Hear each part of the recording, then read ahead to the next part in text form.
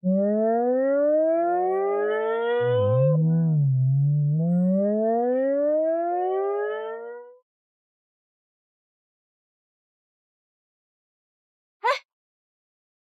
ginagawa mo? Tingnang mabuti. Rolls-Royce ang kotse ko. Kung mangangahas kang bumangga sa kotse ko, ngayon pa lang, papabangkarotin kita.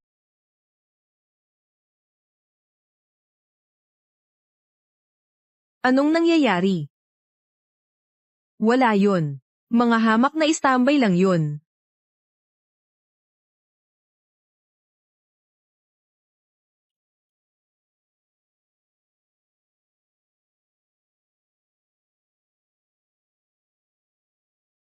Yung kotse na humadlang sa atin sa daan kanina. Shen Feng. Gusto ko silang turuan ng leksyon. Sige, ikaw na bahala.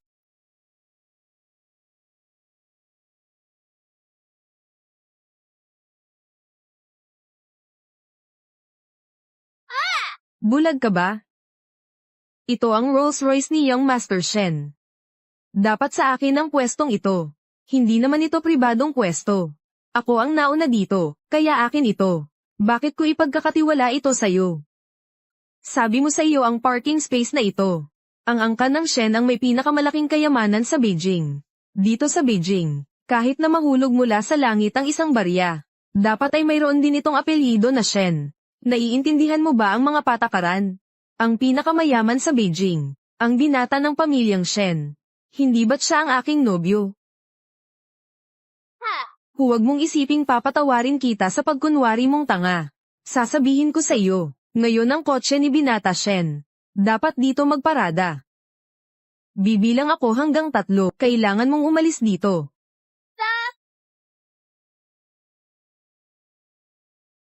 Sige. Tingnan natin kung gaano katibay ang mga buto mo.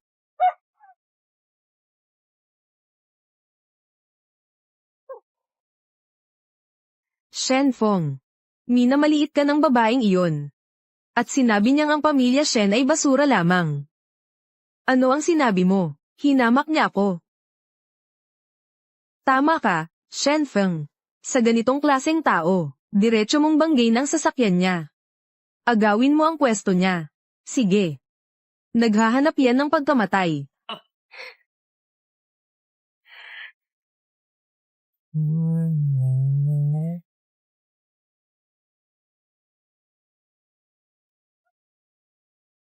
Ang galing. Ang husay mo, Young Master Shen. Ang gaga ni Ginoong Shen.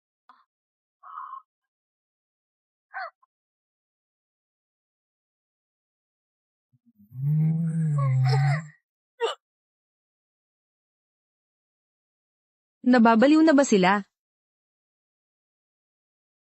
Anong material ang ginamit sa kotse na ito? Bakit ito napakatibay?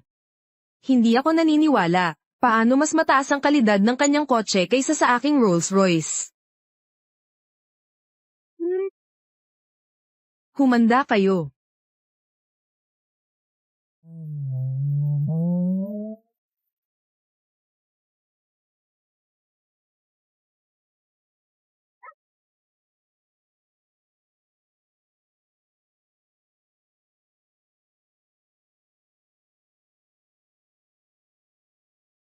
Imposible. Ang Rolls-Royce na ito ay bumangga sa hangki.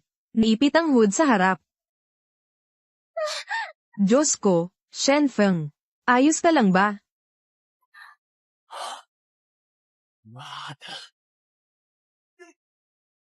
Baba ng kotse.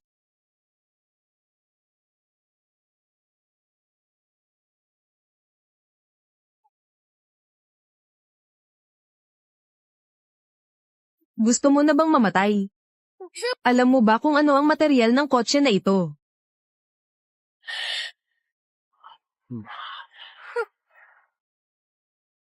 Ito ang ipinagtagpo kong nobyo para sa iyo. Puntahan mo siya. Ikaw nga talaga. Ikaw ang apo ni Shenson. Shen Feng. Sino ka ba? Sa buong Beijing. Walang nang ahas na tawagin ang pangalan ng lolo ko. Hindi mo ba ako kilala? Ako. Ano ang kailangan kong makilala ka? Kung hindi ka nagmamaneho ng mamahaling sasakyan na ito, kailangan ko bang malaman kung sino ka? Binata Shen. Itong dalagita. Tiyak alam niya ang iyong kalagayan. Kaya sinadya niyang makipagkaibigan sa iyo. Tama nga. Huli na para magpakabait, ginanito mo ang Rolls Royce ko.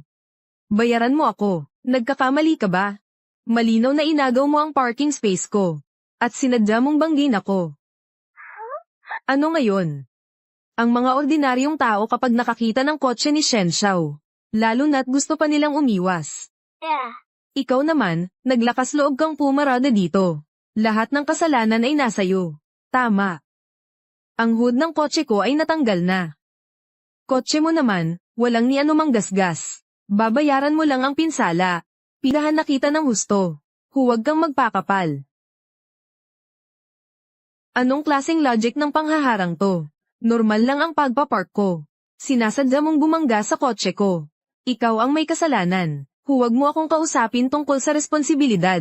Wala akong pakialam dyan. Ang kotse ko lang ang iniintindi ko. Kahit sinadya kong banggin ang sasakyan mo. Magagawa mo ba ang kahit ano sa akin? Young Master Shen. Talagang pinalawak mo ang aking pananaw. Nagbukas ng aking isipan. Marami pang kagilahil-alas na bagay.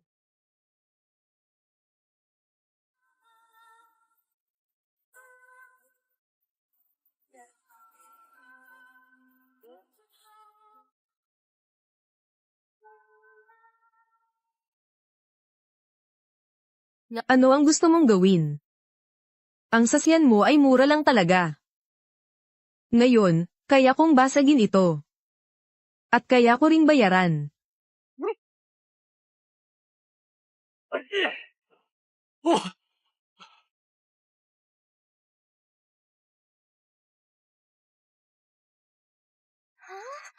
Ito, bakit ang tigas nitong basag na salamin? Ano pang ginagawa mo dyan? Kunin ang iyong mga gamit at basagin ang kotse na iyon. Sandali lang. Huwag mo akong sisihin kung hindi ko sinabi sa'yo. Espesyal na ginawa ang materyales ng sasakyan na ito. Kung magdudulot ito ng malubhang pinsala, kahit napatawarin kita, malaking problema pa rin ang haharapin mo. Isang sasakyan lang naman ito. Ano ba ang pinagpapanggap mo? Huwag mong isipin na hindi ko alam. Ang kotse na ito ay nagkakahalaga lang ng ilang milyong piso. Anong problema ang maaaring idulot nito? Iyon ay dahil tanga ka. Kung masira ang kotse na ito, hindi siguradong malulutas ng pera ang problema. Shen Feng, hindi kita pinahihirapan, dahil iginagalang ko ang iyong lolo. Pero, dapat mong malaman kung kailan hihinto. Iginagalang mo ba ang lolo ko? Ano sa palagay mo ang pagkatao mo? Ikaw. Ang ganda talaga ng kalidad ng kotse na ito. Halika rito. Lahat nataman sa isang lugar. Durugin natin ang sasakyang ito.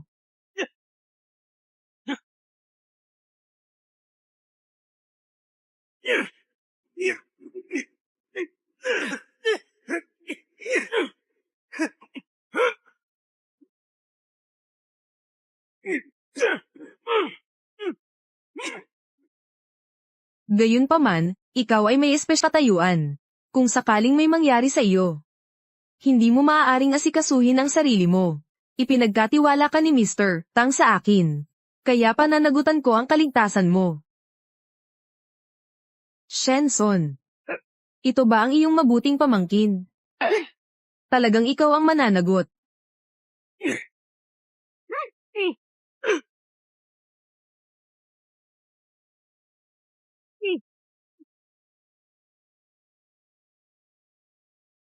Sige.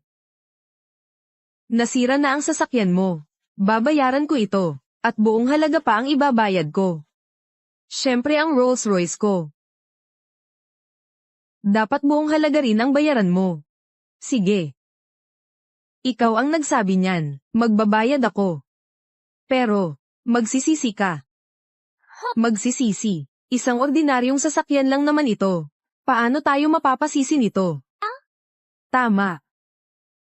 Ikaw ang kabaligtaran. Ang lakas ng loob mong makipag-agawan sa akin ng paradahan. Ang may-ari nitong kotse na limitado sa 3 lang sa buong mundo. Sa palagay ko, ikaw ang dapat magsisi. Ganoon ba? Kayong mga walang kwentang rich kids. Hindi nyo alam kung gaano kalaki ang problema na ginawa nyo.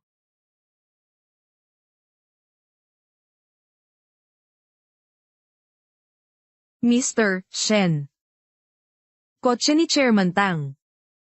Sinira na ito ng ibang tao. Ano ang sinasabi mo? Nababaliw na ba yung gago na yon? Sinasakyan ng tao. Yung Rolls-Royce na nagkakahalaga ng 10 milyon. At akala niya yung kotse ko ay mumurahin lang. Hindi lang niya binalag, dinurog pa niya ang kotse ko. Hindi lang iyon. Pinagbayad pa niya ako ng Rolls-Royce na nagkakahalaga ng 10 milyong dolyar. Sa buong Beijing, mukhang ang aking pamangkin lang ang may ganoon. Sino ba yun? Sino ang driver? Pakinggan mo na lang ang telepono.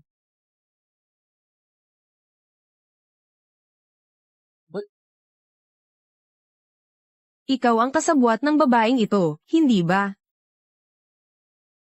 Diyos ko, buti na lang hindi si Shenfeng. Ikaw ang sumaksak at sumire ng kotse. At pinilit mo si MS Jiang na magbayad ng pinsala, tama ba? Huwag kang magsalita ng marami sa akin. Binibigyan kita ng 10 minuto. Ihanda mo ang 10 milyon para sa akin. Kung 1 minutong huli ka. Papabreakingin ko ang isang daliri niya. Gusto mo bang mamatay? Sasabihin ko sa'yo, diretso kong ibibigay sa'yo ang 100 milyong dolyar. Pero gusto kong tiyakin mo, ang ganap na kaligtasan ni MS Jiang. Ang boses na ito. Iyon ang aking lolo. Ang boses na ito ay talagang kamukha ng lolo ko. Bakit ganap na kamukha ng boses ng lolo ko? Mga scammer kayo. Akala mo batang ako? Sinabi mo pa sa akin 100 milyon. Agad akong magpapadala ng tao para dalhan ka ng pera. Kung may nawalang kahit isang buhok si Jiang, papatayin kita. Sige. Hihintayin kita dito. Tingnan natin kung paano mo ako papatayin. Hotel Hongdin. Kailangan ko ng pera.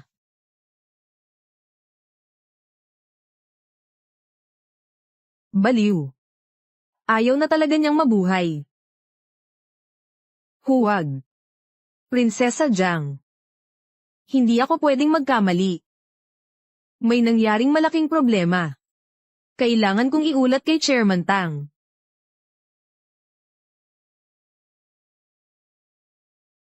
Hello, Chairman Tang.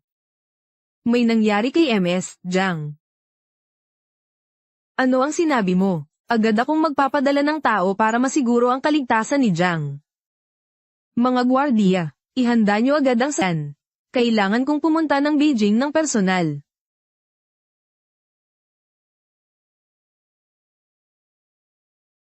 Shenfeng. Anong nangyari sa'yo? Bakit yung boses kanina parang boses ng lolo ko? Imposible. Ang lolo mo ang pangunahing bilyonaryo sa Beijing. Paano siya makikisalamuha sa mga mababang uri? Tama, hindi ka nagkakamali. Talagang nagkukunwari lang ang babaeng ito para lokohin tayo. Wala kang pera para magbayad. Kaya humanap ka ng isang taong magkahawig ang boses sa lolo ko. Para linlangin ako. Ano ang sinasabi mo?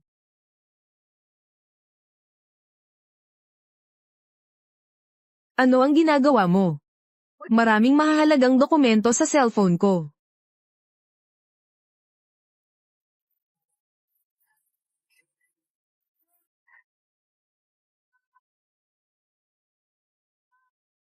Huwag mong isipin na hindi ko alam ang balak mo. Naghanap ka ng taong may boses katulad ng lolo ko para lokohin ako. Marami na akong nakilalang babaeng katulad mo. Pero, medyo maganda ka naman pala. O kaya, samahan mo ako mamayang gabi. Yung tungkol sa sasakyan at paradahan. Papalampasin ko na. Siyo. Gago ka. Hahampasin mo ako. Ikaw. Pinapagalitan kita para sa lolo mo. Ikaw ang nagtangkang manakit kay Young Master Shen. Gusto mo bang mamatay?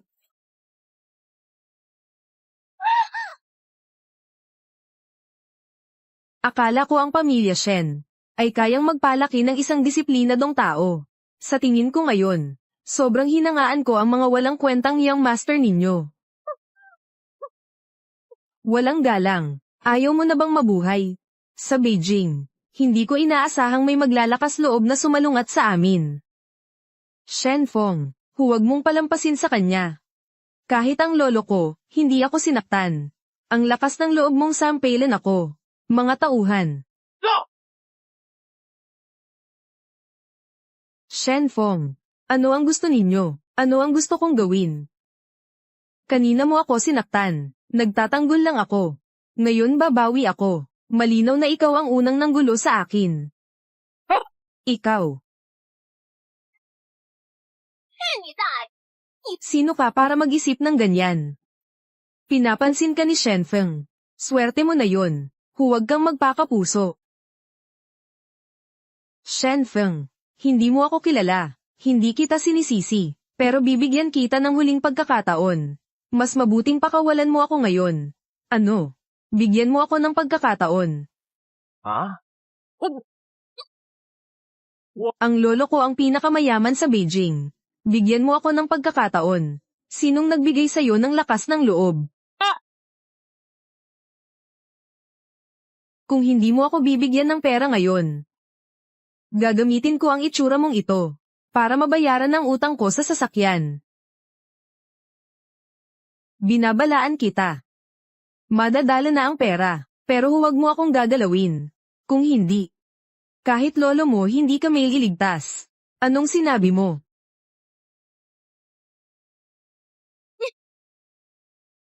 Huwag mo akong takutin dito. Makinig kang mabuti. Binikita ng 10 minuto. Kung hindi mo ilalabas ang pera,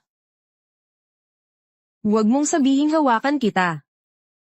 Gusto pa kitang kainin. 3 minuto na lang ang natitira. 3、2、1。Tingnan natin kung sinong manggahas humipo kay Jiang.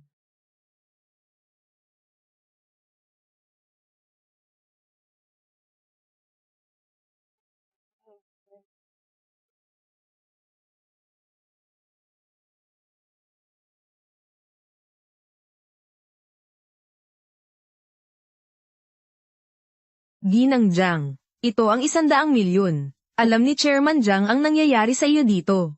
Papunta na siya. 100 milyon. Nagpadala talaga ng pera ang babaeng ito.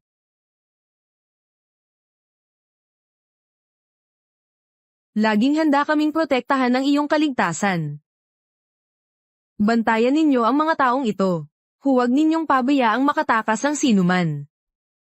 Sundin.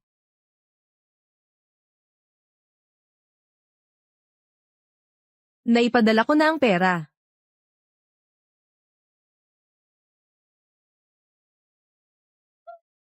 Ngayon, kailangan mong bayaran ang sasakyan ko.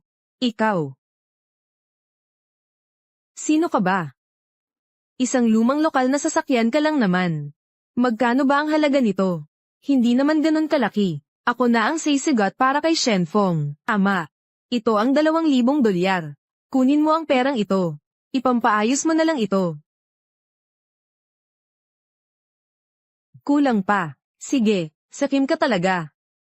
Bibigyan kita ng dagdag na $2,000. Sapat na ba? Hindi pa rin sapat. Sige. Bibigyan kita ng dagdag na $50,000. Sapat na ba?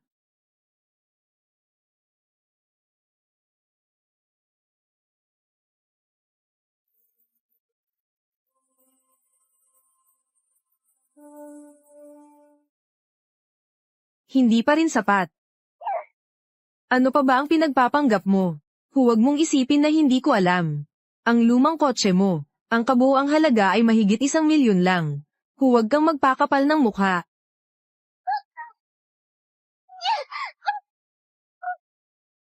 Ikaw, Shen Beng. Namaga ang mukha ko sa pagsampal niya. Huwag mong papatawarin siya. Hindi mo ako patatawarin. Ang sasakyan mong sinira mo ngayon ay hindi ordinaryong sasakyan. May espesyal na plaka pa ito. Kahit ilang milyon ang gastusin, hindi maayos. Ako talaga ang hindi dapat magpatawad sa'yo. Wala akong pakialam kung anong plaka yan. Domestikong sasakyan lang yan. Manggagancho. Kanina pa ako nag-search online. Ang pinakamahal na modelo nito ay nasa 300 milyon pataas lang. Limitado lang ang pangunawa mo. Maraming iba't ibang modelo ang hangki. Tanungin mo ang lolo mo. Tungkol sa sasakyang may espesyal na plaka. Ano ang ibig sabihin nito? Ito, ang sasakyang may espesyal na plaka, ay pala isang custom-made na sasakyan mula sa hangki. Kahit may pera ka, mo ito mabibili. Kaya alam mo ba, kung ano ang kahulugan ng custom-made na sasakyang ito? Kahit gaano kalaki ang pera mo. Ang nangyari ngayon, hindi pa rin naayos. Wala akong pakialam kung anong sasakyan iyon. Sasabihin ko sa iyo, kahit nasa mundong ito, talagang may mga bagay na hindi kayang ayusin ng pera. May mag-aayos pa rin ang mga problema ko. Tatawagan ko ang lolo ko. Hello Shenfeng. Nakilala mo na ba ang iyong nobya? Lolo, may taong ginugulo ako. Kaya hindi ko makita ang aking nobya. Anong sinasabi mo? Sinong may lakas ng loob na gawin yun? Dito sa Beijing, sinong mag-aabala sa aking apo? Hotel Hongdin. 10 minuto. Dapat narito ka nang walang palya. Ikaw, sino ka ba? Ako, sino nga ba ako? Malalaman mo pagdating mo rito. Ano ang nangyayari? May nangyari kay Prinsesa Jiang doon. Pagkatapos, ang pamangkin ko ay nakaranas ng problema. Parehong nangyari sa Huangting Hotel.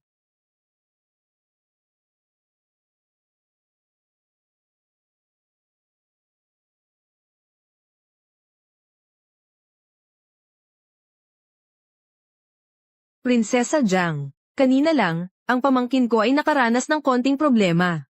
Ang inyong pagpupulong sa kanya. Baka kailangang ipagpaliban muna sandali. Hello. Prinsesa Jiang, mukhang galit siya dahil nahuli ang aking pamangkin. Bilisin mo. Pabilisin mo pa ang pagmamaneho. Binata Shen, baligtad ang sinasabi mo, pagdating ng iyong lolo. Kahit muhad ka pa para humingi ng tawad, walang saysay din yan. Mapanlin lang. Huwag kang magpakalabis. Sasabihin ko sa'yo, sa Beijing. Hindi ako naniniwalang, kaya mong giveaway ng pamilya Shen. Subukan natin, mga walang kwentang binata kayo. Hulihin ninyo silang lahat, gapyusin ninyo sila. Bitawan ninyo ako, hinawakan ninyo talaga ako, Jiang Mei, makinig kang mabuti. Kapag dumating ang lolo ko, mamamatay ka. Tumigil kayong lahat.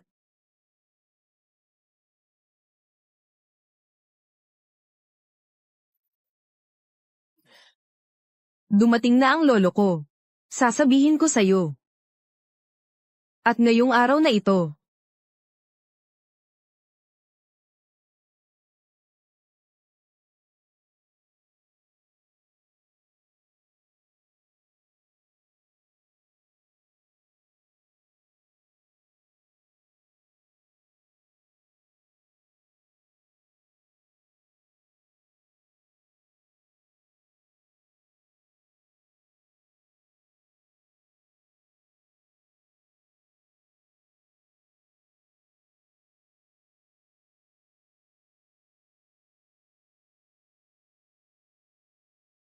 kaya nagmamadali kaming pumunta rito. Mabuti. Sino kayo? Hinamak ninyo ang anak kong lalaki. Nanay, tatay. Hindi lang bumangga sa kotse ko ang babaeng ito. Pinapalo pa niya ako sa mga taong ito. Sige. Hinamak mo ang anak kong lalaki. Gusto mo na bang mamatay? Anong klaseng tao? Baliin ang braso niya, para matuto siya ng leksyon. Kayo ang mga magulang, pero hindi ninyo makilala ang tama at mali. Kaya hindi katakataka kung bakit naging ganyan si Shenfeng. Huwag mo akong kausapin tungkol sa edukasyon. Alam ko lang, inaapi mo ang anak kong lalaki. Bodyguard, turuan niyo ng leksyon. Bantayan si MS, Jiang. Kapitan, espesyal ang estado natin. Sa lahat, ang ating misyon ay protektahan si MS, Jiang. Huwag makipag-away sa kanila, magtanggol lamang. Sige.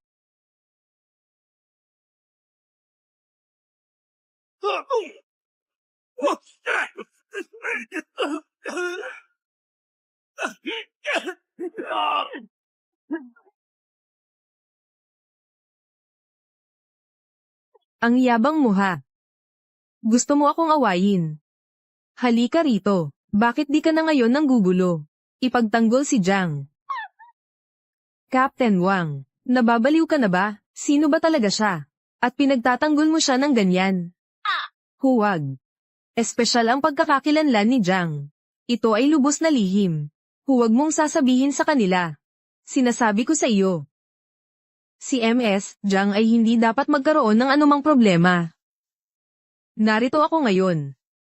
Huwag kang maglakas loob na hawakan ng isang buhok sa ulo ni MS, Jiang. Sige. Kung gayon, ipagpatuloy mo. Gusto kong makita, mas matigas ba ang katawan mo? O mas matigas ang aking tungkod? Shenfeng, ang laban natin ay walang kinalaman sa kanila. Tumigil sila ngayon. Natatakot ka na ba? Naaawa ka na ba? Sige. Lumuhod ka at magmakaawa sa akin. Palalayain ko sila. Ginang Jiang, hindi ka pwedeng lumuhod. Huwag mong kalimutan kung ano ang iyong katayuan. Kaya namin to. Huwag lumuhod si Ginang Jiang. Huwag kang luluhod. Ha? Kung gayon, manunood ka na lang na dahil sa'yo. Na binugbog hanggang mamatay.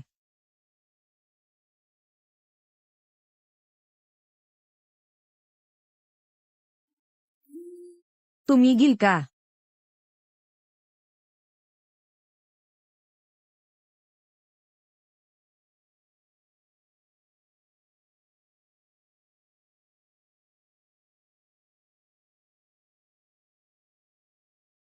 Lumuhod na ako. Pakawalan mo sila. Patawarin mo ako. Sabihin mong tumayo, wala ba kakain? Patawarin mo ako. Nasisiyahan ka na ba? Pwede na ito. Sige. Kaya pansamantala kong palalayain sila. Pero, ang sasakyan mo, hindi ito magiging maswerte. Anong balak mong gawin? Sabi mo nga. Ito ay espesyal na edisyon ng Hanki. Kahit may pera ako, hindi ko ito mababayaran. Kung gayon, wawasakin ko ang sasakyang ito sa harap mo. Tingnan natin kung mababayaran ko ba o hindi. Siran mo ang kotse. Durugin mo yan. Sige, Shenfeng. Kung gusto mo, basagin mo lang. Teka muna. Dapat alam ninyo, kung anong klaseng sasakyan ang may numerong ito. Pinapayuhan ko kayong mag-isip mabuti. Kung magmamatigas pa rin kayo, lahat ay mahirap makaiwas sa parusa. Ibig mong sabihin, ang sasakyang ito ay may espesyal na plaka. Tama, Shenfeng. Huh? Kung ang sasakyang ito ay may espesyal na plaka, siran natin ito. Ang angkan ng Shen ay magkakasala ng malaking pagkakamali. Kung ang sasakyang ito ay may espesyal na plaka, at sinira natin ito, ang angkan ng Shen ay magkakasala ng malaking pagkakamali. Ay anak ko, nagdala ka ng malaking problema. Tatay, huwag kang magpanik. Isang ordinaryong sasakyan lang ito. Paano tayo nito mapapahamak? Ah. Talagang itinuturing mo ba akong 3 taong gulang na bata? Shen Feng, ang lolo mo ang numero 1 bilyonaryo sa Beijing. Tiyak na alam niya ang pinagmulan ng sasakyang ito. Kung hindi ka naniniwala, pwede mong ipa-verify kay Ginoong Shen.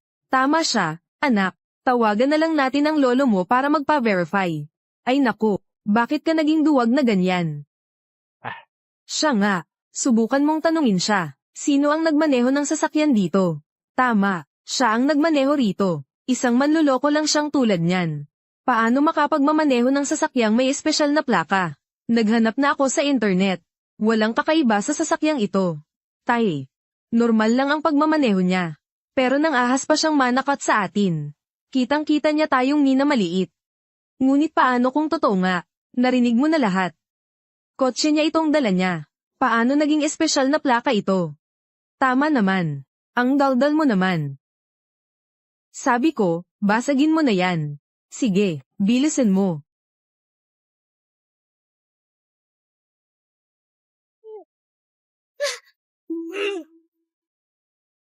Tumigil kayong lahat.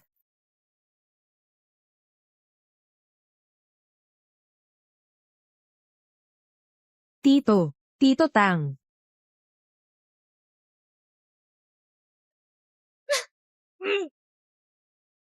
Tumigil kayong lahat.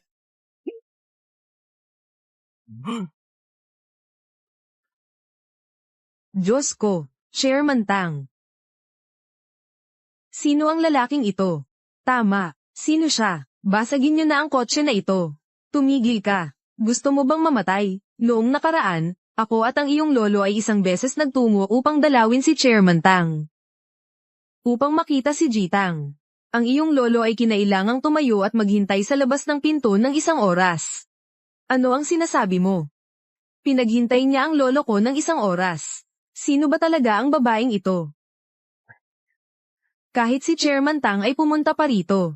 Ang sasakyang ito. Tiyak na espesyal na uri ito. Shen Feng, may problema.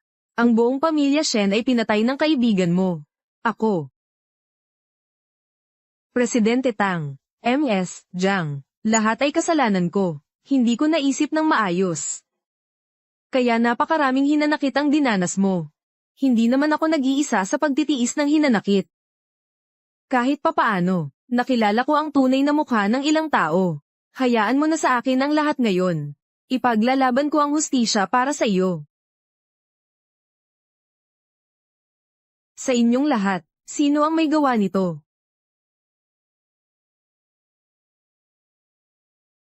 Tama. Si Young Master Shen nga. Gago kang matanda ka. Anong karapatan mo para pintasan si Shen Feng? Tang asterisk A, tumahimik ka nga. Uy!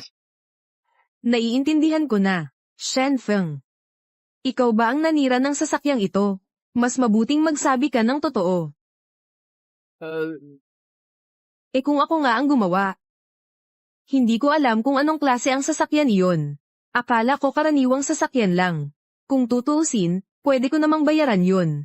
Tama ang sinabi ng anak ko. Huwag kang mag-alala. Hindi ko sinasadya ang lahat. Hindi ganoon ang nangyari. Pakinggan mo muna ang paliwanag ko. Tama siya. Hindi sinasadya. Kasalanan ni Jiang Mei ang lahat. Inagaw niya ang pwesto kong paradahan. At binanggapan niya ang sasakyan ko. Pangulong Tang, kaya kong magpaliwanag. Magpaliwanag. Maghintay ka hanggang makulong ka. Doon ka nalang magpaliwanag ng dahan-dahan. Mga gwardya. Hulihin ninyo silang lahat. Opo. Pangulong Tang, makinig ka muna sa paliwanag ko. Hindi ko alam na tao mo pala siya. Kung alam ko lang, hindi ko sana gagawin yun. Hindi pwede. Bata pa ako, Chairman Tang, hindi ako pwedeng makulong. Sabi mo hindi mo alam na tao ko siya.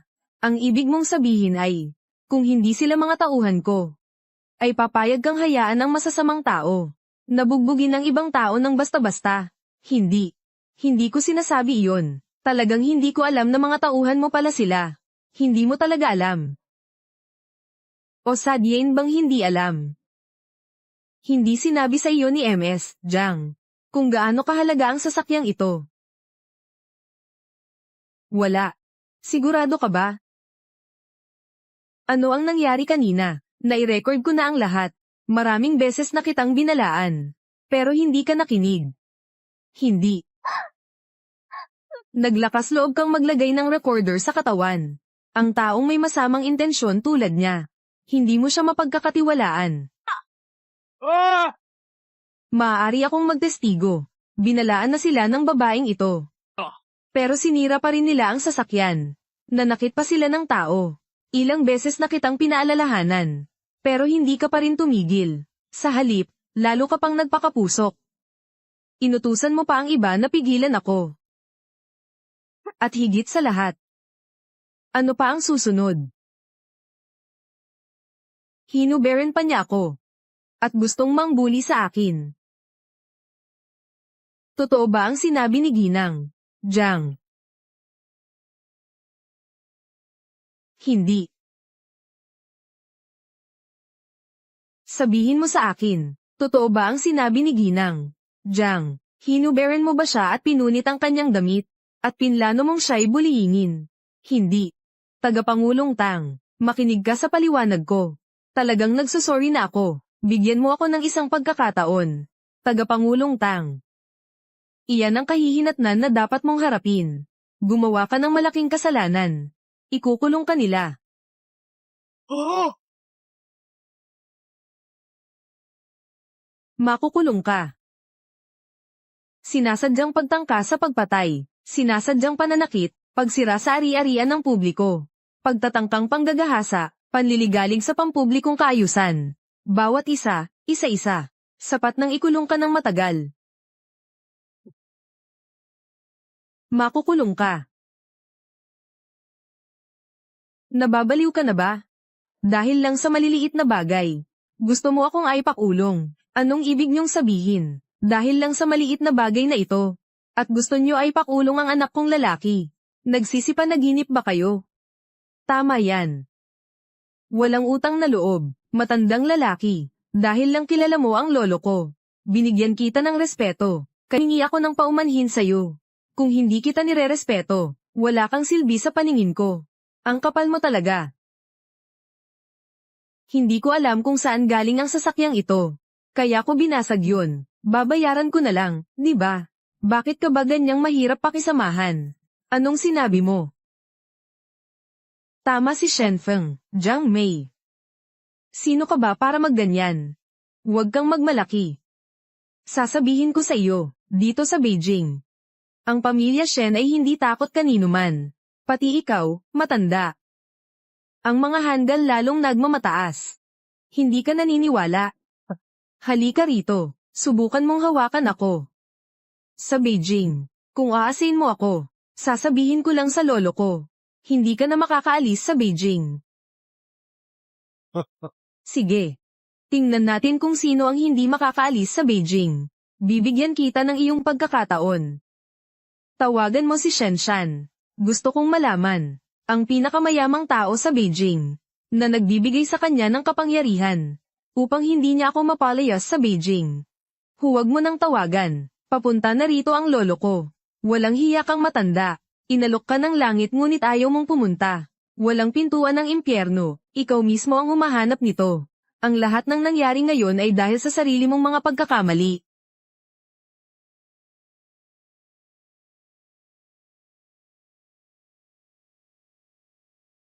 Van He. Ang mga bagay-bagay kay Shenfeng. Natapos mo na ba ang lahat? Tai. Chairman Tang. Hello. Sino nga ba talaga siya? Isa kang walang kwentang bagay. Paano kita pinalaki? Itinapon mo na lang ba sa aso ang lahat ng pinag-aralan mo? Makinig kang mabuti, sa posisyon ni Chairman Tang.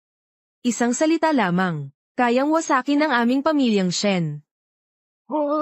Ano? Tai. Kung gayon, huwag ka nang pumunta. Maghanap ka na lang ng sarili mong kamatayan. Ano? Anong ibig mong sabihin? Hello? Wait! Anong nangyari kay Van He ngayon? Baka naman, may nangyari na kay Shenfeng. Ano na? Tatay, huwag kang magpanik. Walang sino man ang mas makapangyarihan kaysa sa pamilya Shen. Anak, tumahimik ka. Bakit? Nababaliw ka ba? Sila ang nambubuli kay Shen Feng A. Mga walang hiya kayo. Ano ang ipinagmamalaki ninyo? Tama ka. Sasabihin ko sa'yo, kapag dumating na ang lolo ko, patay kayong lahat. Bastos, sino ang nagpahintulot sa'yo na magsalita ng ganyan kay Chairman Tang? Hintayin mo ako, at ikaw rin. Hindi ko kayo patatawarin. Hintayin niyo ang aking lolo. Papatayin niya kayo, tama. Mabuti pa ngayon pa lang ay magmakaawa kayo. Tapos gumapang kayo roon, upang salubungin si Jishen. Baka sakaling patawarin niya ang buhay mo. Kung hindi ako nagkakamali, kanina niya sinabi na, hinayaan ng iyong lolo na ako'y mabuhay. Anong nangyayari? Natatakot ka na ba? Kung takot ka, lumuhod ka at humingi ng tawad sa akin. Ayon sa iyo. Kaya akong patayin ng lolo mo. Tama. Para sa mga taong tulad mo. Hindi na kailangan pang kumilos ng lolo ko. Isang pangungusap lang ang sinabi niya. Maraming tao ang handang tumulong sa kanya upang parusahan ka. Mukhang ang inyong pamilya Shen sa Beijing ay talagang gumagawa ng anumang gusto ninyo. Binibining Jiang. Mabuti na lang at agad mong nalaman. Kung hindi, tayo ay mahuhulog sa lungga ng lobo. Kahit papaano, ang awayan sa parking ay naging isang hindi inaasahang biyaya.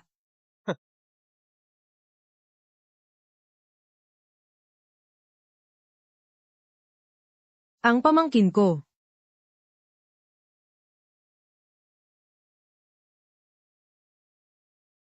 Oh, Bakit hindi ko alam? Presidente Tang, bakit ka nandito?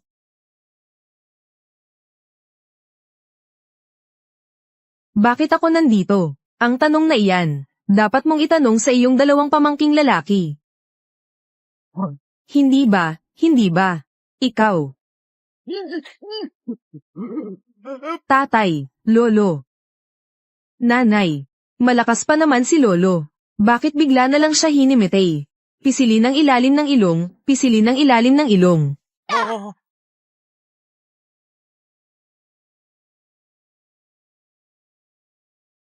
Umalis kayong lahat dyan. Talagang hindi pagkakaunawaan lang yan. Kumalma ka nga. Tumahimik ka nga. Nay, naririnig mo ba siya? Kanina, tinawag siya ni Lolo bilang chairman. Mukhang totoo nga. Ano ba talaga ang nangyayari? Sino ba itong si Ginoong Tang? Bakit napakagalang sa kanya ni Lolo? Tatay, magsalita ka naman. Tapos na. Talagang wakas na para sa pamilya Shen ngayon. yeah. Sino ba talaga siya? Bakit ka takot na takot sa kanya? Sabihin mo sa kanya. Kung sino ako. Ito. Lolo, sabihin mo na. Ano ba talaga ang nangyari? Siya. Hindi ko masabi ang totoo. Hindi ako makapaniwala, Shenson. Sa loob lamang ng 20 taon, nagbago ka ng ganito. Ano bang nangyari dito? Wala akong kaalam-alam. Hanggang ngayon ay hindi mo pa rin aminin. Pinabayaan mo ang mga batang suwail na umasta ng walang galang. Narinig ko, hayagan mong inapi. Mga taong may hidwaan sa iyo. Presidente Tang, pakinggan ninyo muna ang paliwanag ko. Lahat iyon ay hindi pagkaunawa lamang. Lahat ito ay paninirang puri ng masasamang tao. Na nagnanais sir anak ko. Ang mga usap-usapan sa labas ay pawang chismis lamang. Pagkakamali, paninirang puri, maling chismis. Ito ang iyong tunay na apo. Kung ako'y kanyang tinakat, ibig bang sabihin yun ay siya ay naninira sa iyo? Ano? Ano ang sinasabi mo? Pinagbantaan ka ba niya? Ako, hindi lang basta pananakot ang ginawa niya sa akin. Sinabi rin niya, pagdating mo dito, papatayin mo raw ako. Ay, lolo. Anong nangyari sa'yo? Dati, ang lamang mo sa akin. Huwag mo akong hayaang magdusa ng anumang karaingen. Ngayon, siya at pati na rin siya. Hindi lang niya ako sinaktan. Nais pa niya akong ay ulong. Lolo, Agapan niyo sila. At ipaghiganti ako. Walang kwentang bata ka. Sa maghapon, wala kang ginawa kundi magdala ng gulo sa akin. Mas mabuting manahimik ka na lang. Lolo, bakit mo ako sinuntok? Malinaw naman na walang respeto sa iyo ang mga yun. At bukod doon, hinamak pa nila ang angkan ng mga Shen. Tumigil ka. Walang hiya kang anak ka. Gusto mo bang mapahamak ang buong angkan ng mga Shen? Bakit mo nasabi iyon? Sino ba talaga siya? Sino ba talaga siya? Siya ay. Hindi mahalaga kung sino ako. Ang mahalaga ay, kanina mo sinabi, hintayin mong dumating ang iyong lolo. Gusto niyang hindi ako makalabas ng Haicheng. Nandyan na siya. Gusto kong malaman, kung paano niya. Mapipigilan akong umalis sa Haicheng. Ikaw. Chairman Tang, bata pa ang pamangkin ko, hindi pa maalam. Ako'y palaging abala sa araw-araw. Wala akong oras na turuan siya. Pagkatapos ng usaping ito, bibigyan ko siya ng masusing pagtuturo. Lolo, isa lang namang matandang lalaki iyon, di ba? Bakit kailangan mong matakot ng ganoon sa kanya? Tumigil ka nga. Akala mo ba ay hindi pa sapat ang gulo na ginawa mo? Bakit ako dapat manahimik? Pinapanta kita rito para tulungan ako. Hindi para tulungan siyang apihin ako. Tama na, mukhang hindi mo kayang disiplinahin ang iyong pamangking lalaki. Kaya ako na ang bahala para sa iyo. Shen Feng, ikaw ay umaasa sa kapangyarihan ng angkan ng Shen. Ikaw ay mayabang at mapang-api. Gulo kung saan-saan. Ngayon, dapat kang magbayad sa mga ginawa mo. Isang mamahaling bayad. Anong gusto mong gawin? Huwag kang mag-alala. Hindi kita paruhan ng personal. Ipapasundo kita sa mga awtoridad. Upang maharap ang parusa, gusto mo pa rin ba akong hulihin? Tulong po, Lolo. Ayoko pong mahuli. Mga gwardya, up. Hulihin ninyo siya. Tutuperin po, sandali. Kuya, tulungan niyo ako. Ayokong makulong. At hindi totoo ang sinasabi nila. Sila. Pinag-try-try pa nila ako. Tumigil ka. Anong klaseng tao si Chairman Tang? Hindi ka karapat-dapat para sirain kanya. Oo, siya nga. Gusto niya akong pagbintangan. Sinasabi mong pinagbintangan kita, Ginoong Shen, ang iyong pamangking lalaki, dahil sa pag-aagawan ng paradahan. Winasak niya ang isang hangki na kotse. Ano? Ikaw si MS, Jiang. Sabi mo sa telepono, yung nanira ng hangki na kotse ay ang pamangkin ko. Hindi ako. Kasalanan ng babaeng ito. Ayaw niyang magbigay ng pwesto sa paradahan sa akin. At saka, ang Rolls Royce na ibinigay mo sa akin. Sinira niya iyon. Huwag kang magsalita ng ganyan. Ginoong Shen, tanong ko lang. Ito ba ang paraan ng pamilya ninyo sa pagpapalaki ng inyong mga anak? Binibining Jiang, ako, wala kang hiya. Huwag kang magmagandang gandahan. Ano kung mabangga kita? Sabi ng lolo ko, dito sa Haicheng, ang lahat ng gusto ko ay akin. Gusto ko ang pwestong yun.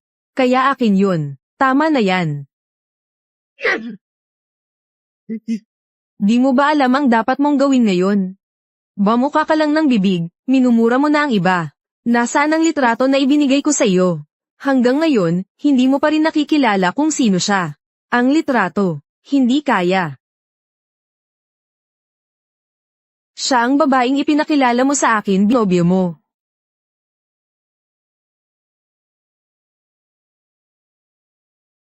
Siya ay, ang babaeng ipinakilala mo sa akin. Shenson, ito ba ang pamangkin na lagi mong pinupuri sa harap ko? Dumating ka para magmakaawa sa akin 79 na beses. Nag-aatubili akong pumayag na tulungan ka. Ipakilala si MS, Jiang sa iyong pamangkin.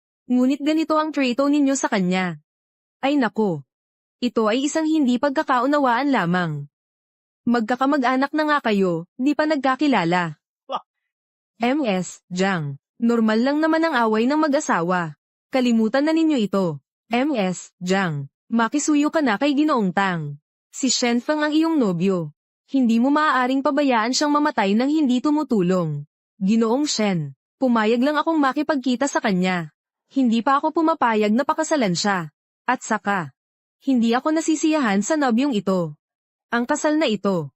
Sa palagay ko hindi na ito kailangan.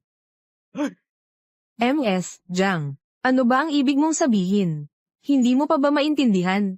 Gusto kong kanselahin ang kasal. Kanselahin ang kasal. Sino ang nagpahintulot sa iyong kanselahin? Ang pamilya Shen ay hindi lugar kung saan maaari mong gawin ang gusto mo. Anong problema? Kailangan pa ba naming humingi ng pahintulot ng mga Shen para kanselahin ang kasunduan sa kasal? Shenson, ito ang kasunduan sa kasal. Pinagkasunduan natin ito noon pa.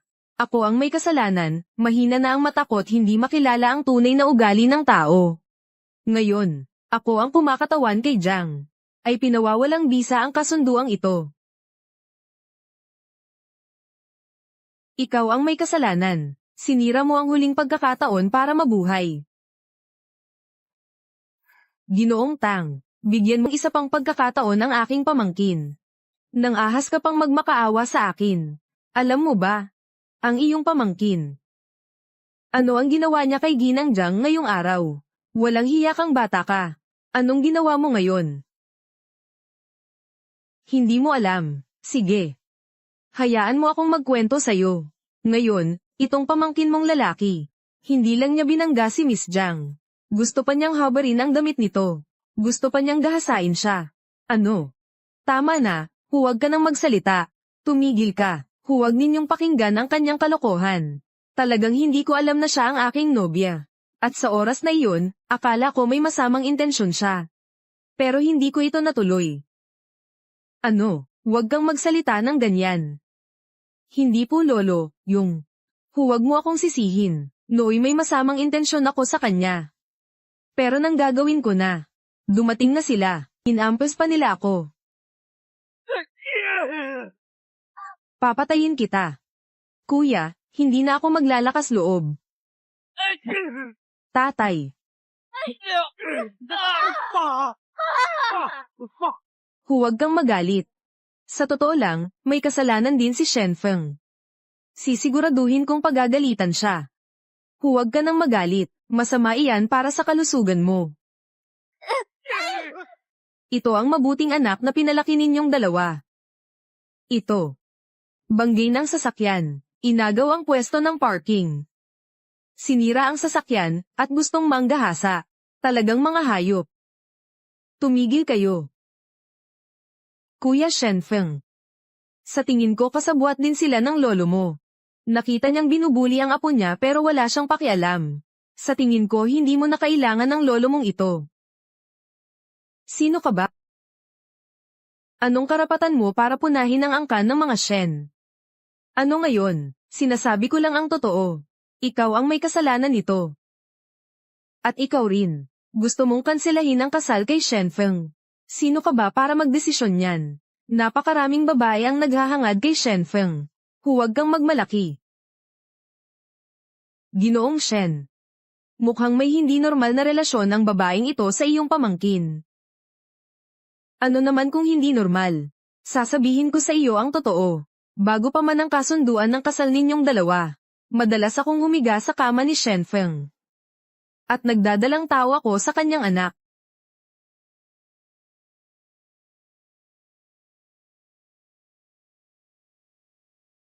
Tumigil ka riyan. Ikaw, nagdadalang tawa ko sa tagapagmana ng angkan Shen. Nananampal ka pa sa akin. Walang hiya ka. Ikaw ang may kasalanan ng lahat. Ano ba ang mali sa ginawa ko? At tama si Yao Yao. Hindi ka karapat-dapat na maging lolo ko. Ikaw, ano ang sinabi mo? Ano ang mali sa sinabi ko? Malinaw na ipinagkasundo mo na ang aking kasal. Sinabi mo sa akin na hanapin ang aking nobya. Ngayon nagkamali ako. Wala kang pakialam. May lalaking katulad mo ba?